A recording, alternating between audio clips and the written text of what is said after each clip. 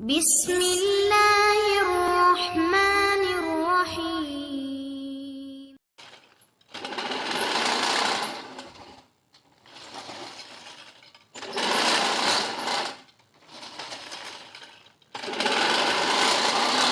السلام علیکم۔ یہ آج ہمارے پلاٹ سے گھاس کاٹی جا رہی ہے۔ جاسم صاحب نے گھاس کاٹی مشین کے ساتھ، تو بیٹھے بیٹھے میرے ذہن میں خیال آیا، میں نے کہا چلو بھی میں بھی آپ لوگوں کے ساتھ بھی شیئر کر دوں۔ اس میں تھوڑی نصیحت بھی ہے اور تھوڑی اللہ کی طرف سے کچھ معاملات بھی ہیں۔ اسی طرح میں ایک دفعہ ایک غیر مسلم ان کے ساتھ بیٹھا ہوا تھا، انہی کی عبادت گاہ کے اندر، تو وہاں پر بس کوئی بات ہوئی، تو میں نے اس سے کہا یار ہمارے نبی پاک نے فرمایا کہ بندہ جب پیدا ہوتا ہے نا تو فطرتی طور پر مسلمان ہوتا ہے، بعد میں اسے جیسا ماحول ملتا ہے نا ویسا ہی ہو جاتا ہے۔ اس کے ماں باپ اگر یہودی ہیں تو یہودی ہو گیا، عیسائی ہیں تو عیسائی ہو گیا، جس مذہب سے بھی تعلق رکھتے ہیں نا بچہ اسی مذہب پر چل پڑتا ہے، کیونکہ اسے ماحول ایسا ملتا ہے۔ تو اس نے مجھے آگے بڑی ایک نا عجیب سی بات کی۔ اس نے کہا نہیں جی آپ غلط کہہ رہے ہیں، ہر بچہ پیدا ہونے پر فطرت پہ ہمارے مذہب پہ ہوتا ہے۔ میں نے کہا یہ کیسے ہو سکتا ہے؟ اس نے کہا میرے پاس دلیل ہے اس کی بہت۔ اچھا بتاؤ۔ تو اس نے کہا جی دیکھیں آپ بچہ پیدا ہونا جو اس کو 20 سال کچھ نہ کریں، چھیڑے نہ اس کو آپ، تو 20 سال کے بعد دیکھیں وہ بالکل اس کے اوپر ہمارا رنگ ہوگا فطری طور پر۔ میں نے کہا یار بات تمہاری بڑی دلیل تو ہے ٹھیک تمہاری، لیکن یہ دلیل تمہاری جو نا جی یہ جو میں بات کروں اس پہ پوری نہیں ترتی، فطرت کو آپ نے سمجھا ہی نہیں ہے۔ تو میں نے امام ابن حنیفہ رحمۃ اللہ علیہ کا ایک واقعہ پڑھا ہوا تھا، میں نے پھر اس سے بات کی، میں نے کہا یار فطرت یہ ہے، آپ کے پاس کس طرح کو بندہ آیا سوال کیا، اس نے کہا جی میں اسی طرح بات ہوتا آپ نے، میں نہیں یار جو اللہ پاک کی ذات ہے نا وہ ہے جو دماغوں میں، ذہنوں میں، ہمارے خیالوں میں، سانس میں، وہ کسی طرح وہ آ ہی نہیں سکتی، جو ہماری سوچوں کے آتے میں، ہمارے خواص خمسہ میں آ جائے وہ خدا ہو نہیں سکتا۔ پھر آپ نے اس سے پوچھا یار جب بتاؤ اگر تم کسی سمندر میں سفر کر رہے ہو، درمیان میں جا کر کشتی ٹوٹ جائے، بکھر جائے، ساری دنیا ڈوب جائے، مر جائے، تمہارا بھی سارا معاملہ برا حال ہو جائے، تمہیں ایک تختہ مل جائے اور چاروں طرف پانی ہی پانی ہو، سارے اسباب زندگی کے ختم ہو جائیں، تمہیں کوئی کسی چیز پر بھی کسی اسباب پر بھی بھروسہ نہ رہے، لیکن اس وقت بھی تمہارے اندر سے کوئی آواز آئے گی۔ اس نے کہا آئے گی۔ پوچھا کون سی؟ اس نے کہا میرے اندر سے آواز آئے گی، کوئی ہے جو بچائے گا مجھے۔ تو آپ نے کہا بس وہ جو اندر سے آواز آ رہی ہے نا وہ فطرت ہے، وہ جانتی ہے کہ ہمارا ایک مالک خدا، ایک رب ہے جو ہمیں اس حال سے بھی بچا سکتا ہے، اس جگہ پر بچا سکتا ہے جب دنیا کے سارے اسباب، سارے معاملات ختم ہو جاتے ہیں۔ تو میں نے کہا یہ فطرت یہ نہیں ہے جو آپ بیان کر رہے ہیں، فطرت یہ ہے۔ پھر میں نے کہا اچھا یار یہ بتاؤ ایک ہی نسل کے 2 درخت لے لیے جائیں پھلدار، اور اسے جا کر ایک کو باغ میں لگا دیا جائے، ایک کو جنگل میں لگا دیا جائے، وہ پلتے رہیں، بڑھتے رہیں، بڑے ہو جائیں، دونوں کو پھل لگ جائے، ایک وقت آئے گا جب ان پھل لگے گا تو جو جنگل میں ہے وہ بھی اسی مالک کی پیدا ہوئی مخلوق ہے، ایک جگہ سے ہم نے دونوں بوٹوں کو لیا ہے، لیکن جنگل والے کو اکثر پھل نہیں لگتا، اگر لگ بھی جائے تو وہ کھانے کے قابل نہیں ہوتا، اور جو باغ میں لگتا ہے جسے مالی سنبھالتا ہے، اس کی کبھی شاخیں کاٹتا ہے، کبھی اس کے کوئی چیز کاٹتا ہے، کبھی اس کو پانی دیتا ہے، کبھی گوڈی دیتا ہے، اس کا پھل بھی بڑا مزیدار ہوتا ہے، اس کو پھل لگتا ہے بہت زیادہ ہے۔ کیوں ایسا کیوں ہوا؟ اس لیے کہ یہ اللہ تعالیٰ کا ایک نظام ہے۔ دیکھیں نا اب گھاس کاٹ رہے ہیں تو گھاس کاٹی جب بڑی ہے تو خوبصورت تو لگ رہی ہے، لیکن جیسے جیسے بڑی ہوگی یہ بری لگے گی، پھر اوپر جا کر جیسے جلنی خراب ہونی شروع ہو جائے گی۔ اسی طرح جتنے بھی درخت ہیں، جتنے بھی معاملات ہیں، ان کے بارے میں یہی ہے کہ آپ اس کو چھانٹ کاٹ نہیں کریں گے تو وہ عجیب ہو جائے گا، پیداوار بھی اس کی کم ہو جائے گی۔ تو گھاس کو کاٹنے کا دوبارہ مقصد یہ ہوتا ہے کہ نیچے سے پھر نئی گھاس نکلے گی، خوبصورت نکلے گی، بھرپور پیداوار ہوگی، اگر پھلدار کوئی چیز ہے تو اس کا پھل زیادہ ہوگا، تو یہ مقصد ہوتا ہے۔ تو اسی طرح اللہ رب العزت نے انسان کے جسم کے اوپر کچھ چیزیں لگائی ہیں جو بڑھتی ہیں، پھیلتی ہیں، پھولتی ہیں۔ کسی چیز کو چھوڑنے کا حکم ہے اور کسی کو کاٹنے کا حکم ہے۔ اب کاٹنا کس کو اور چھوڑنا کس کو ہے؟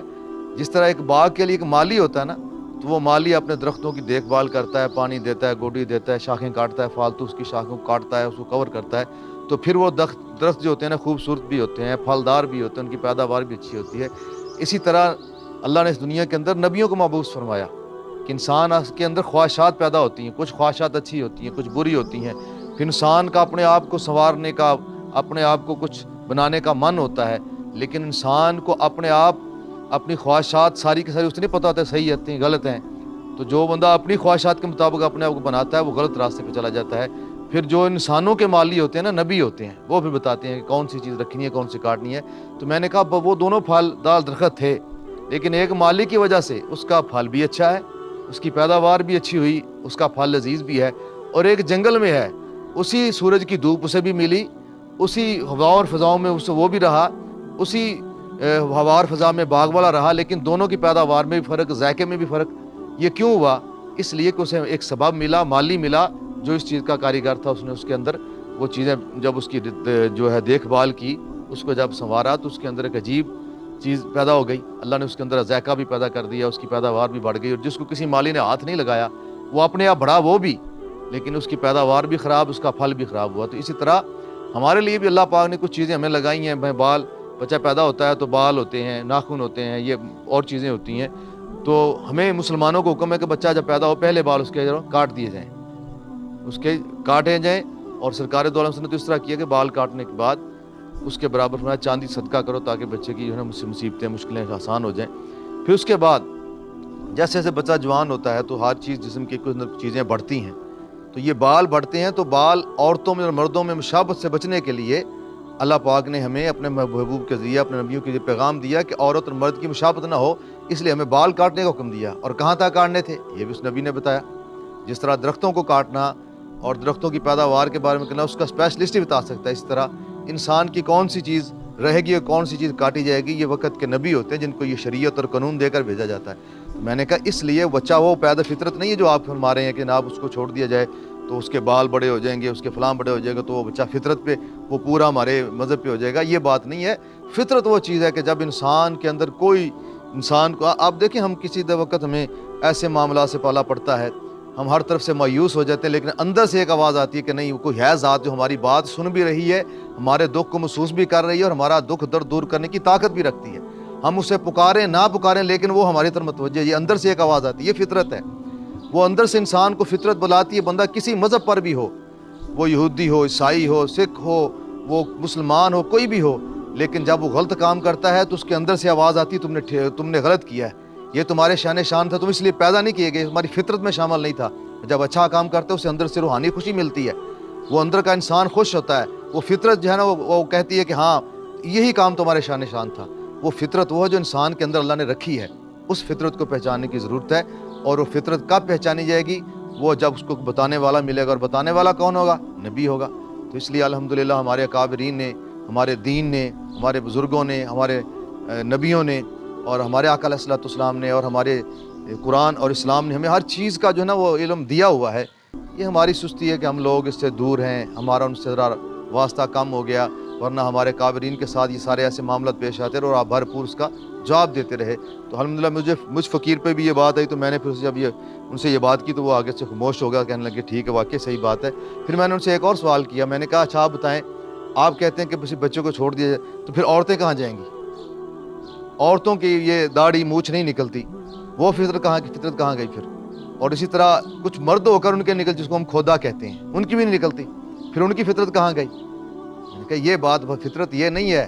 فطرت وہ ہے بندہ ہو، عورت ہو، وہ اپنا دوسری تیسری مخلوق ہو، چھوٹا ہو بڑا ہو، لیکن اس کے اندر ایک چیز ہوتی ہے کہ جب دنیا کی کوئی چیز بھی میرے پاس نہ ہو، دنیا کا کوئی سبب میرے پاس نہ ہو، تو ایک ذات ایسی ضرور ہے جو مجھے چھوڑتی نہیں ہے. بس وہ فطرت ہے. وہ ہر کسی کے اندر ہے، وہ چاہے سکھ ہے، چاہے ہندو ہے، چاہے عیسائی ہے، چاہے مسلمان ہے. وہ فطرت ہر انسان کے اندر موجود ہے. اس لیے سرکار نے فرمایا کہ ہر بچہ فطرتاً مسلمان پیدا ہوتا ہے، آگے اسے جیسا ماحول ملتا ہے اسے ویسا ہی کر دیتا ہے. اللہ تعالیٰ ہمیں فطرت انسانی اور جو اللہ تعالیٰ نے جس فطرت میں ہمیں پیدا کیا ہے اس کو سمجھنے کی اور اس پر عمل پیرا ہونے کی توفیق عطا فرمائے.